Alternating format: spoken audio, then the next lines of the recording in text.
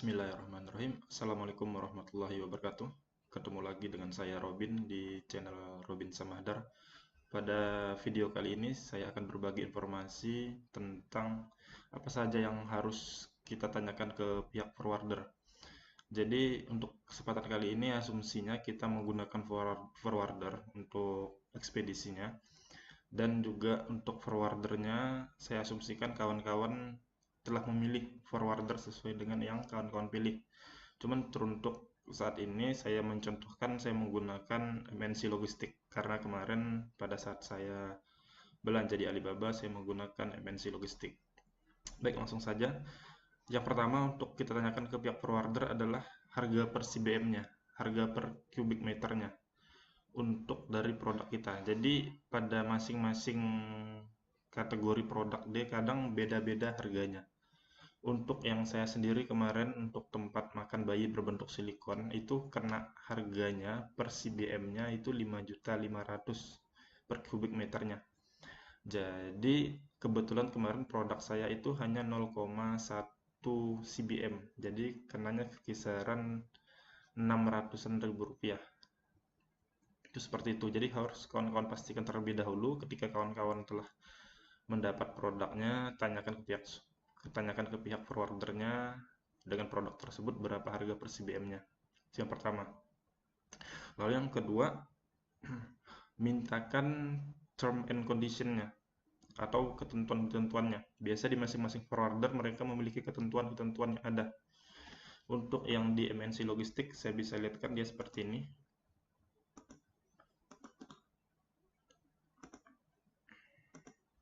Sebentar, saya bukakan.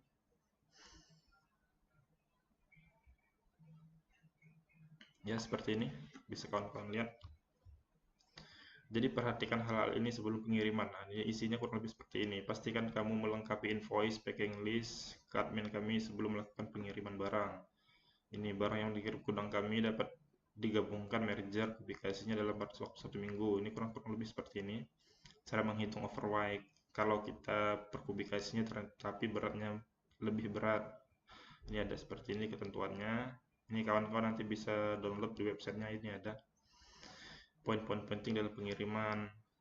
Ini khusus untuk di MNC Logistik dia minimum charge-nya 0,1 CBM.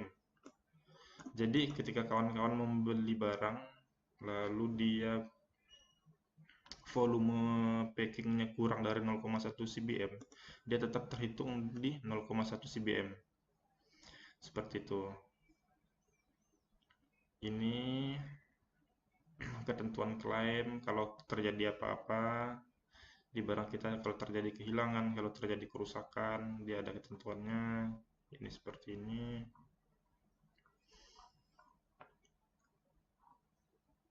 Ketentuan packing, nah ini juga sangat penting.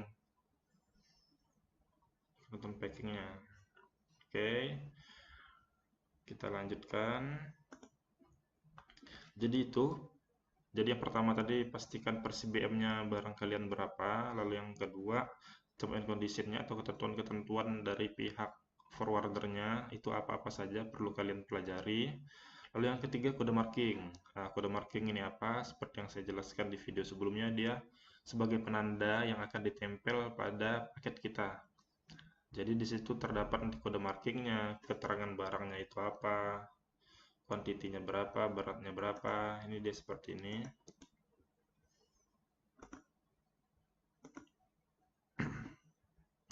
Ini, jadi kode marking inilah yang nantinya akan ditempel di paket kita, yang akan kita serahkan ke pihak supplier. Nanti dari pihak supplier yang akan menempel ini di paket kita. Jadi sebelum mereka mengirim ke forwarder kita, pastikan kode marking ini sudah ditempel. Ini item number, quantity, weight-nya, beratnya.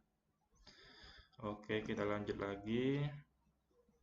Lalu yang keempat itu ada invoice atau packing list. Jadi ini juga yang akan kita nantinya berikan ke pihak supplier atau ke pihak manufaktur tempat kita membeli barang di Alibaba tersebut.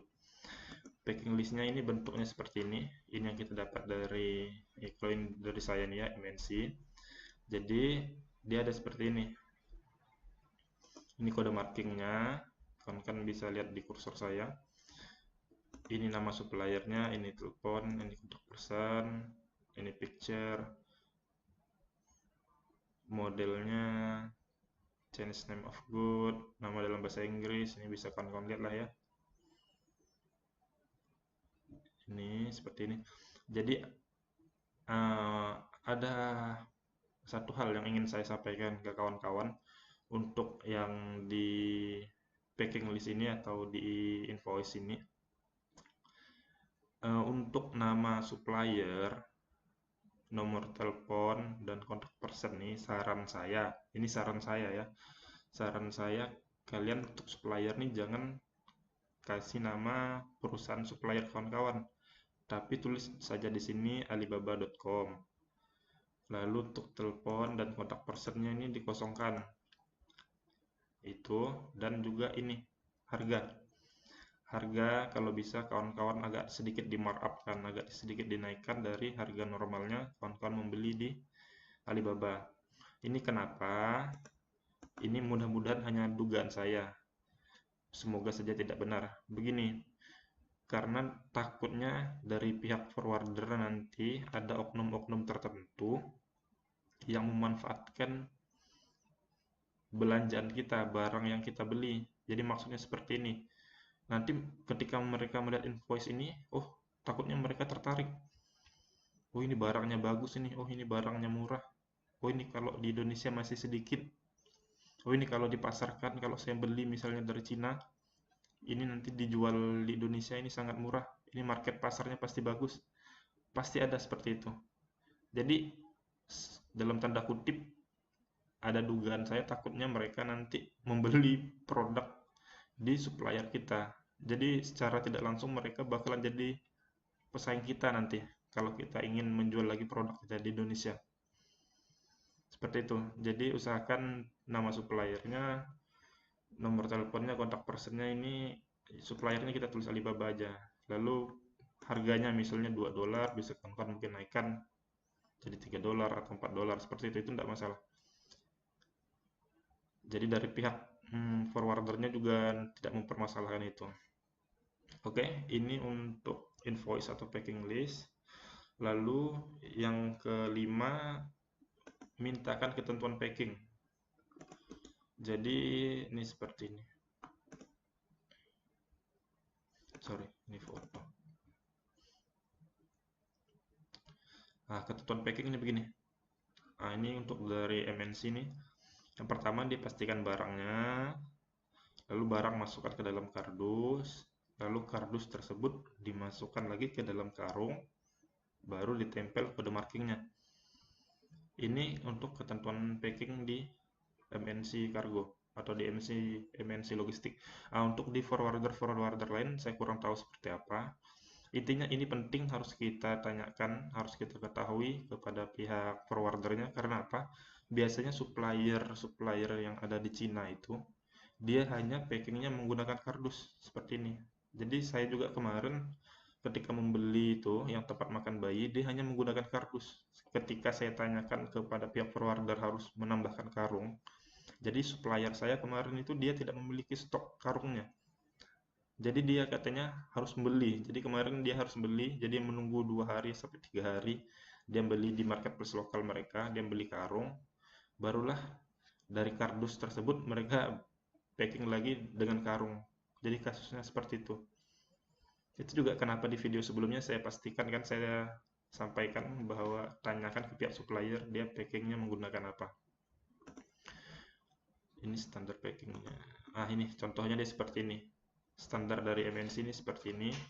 Jadi ini karungnya, ini packing listnya atau kode markingnya. Oke, lalu yang mungkin poin terakhir adalah kita tanyakan alamat gudang dari pihak forwarder. Jadi dari forwarder itu biasanya terdiri dari 2 alamat utama yang setahu saya kebanyakan, yaitu ada di Yiwu dan di Guangzhou. Jadi nanti sampaikan ke pihak supplier kita bahwa forwarder kita ada 2 alamat tersebut, nanti mereka akan menyesuaikan mana yang paling terdekat, yang paling cepat, mereka akan kirim ke situ. Jadi kemarin saya kebetulan alamatnya terdekatnya di Guangzhou, jadi dikirim ke Guangzhou. Jadi nanti alamatnya akan dikirimkan. Biasa ini kan kalau kita komunikasi ke forwarder itu biasanya menggunakan WA. Nanti alamat akan dikirimkan. Bentuknya seperti ini. Sebentar.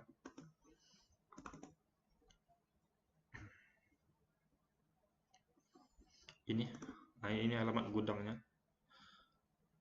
Ini tulisannya tulisan Cina. Bisa kawan-kawan lihat di sini. Ini tulis marking, tidak tulis marking otomatis ditolak masuk gudang. Wajib tempel format marking, ini tadi kode marking. Wajib isi manifest, ini maksudnya invoice tadi, atau packing list pakai Goni, ini maksudnya pakai Gar. Jika kawan penasaran dengan tulisan-tulisan Mandarinnya ini, tulisan Cinanya, bisa kita lihat menggunakan Google Translate seperti ini. Saya copy Google terjemahan sebentar. Ini untuk di sini kawan-kawan bisa gunakan Cina aksen sederhana ke kita ke Indonesia. Saya paste. Ini. Jadi kelihatan Kargo Maritim Nusantara, yang tulisan Cina ini artinya gudang Sino India. Ini nama gudangnya. Yang tulisan Cina ini di alamatnya di Guangzhou, Desa Longhu, Jalan Xijing, Distrik Baiyun, Guangzhou. Ini bisa kawan-kawan lihat, ini nomor HP-nya. Ini penerimanya nanti di gudang tersebut. Ini seperti ini. Jadi yang akan kita dapatkan dari pihak forwarder, lalu kita berikan ke pihak supplier, terdiri dari 3 item utama. Yang pertama itu tadi packing list atau invoice-nya, lalu yang kedua kode marking, lalu yang ketiga ini alamat gudang.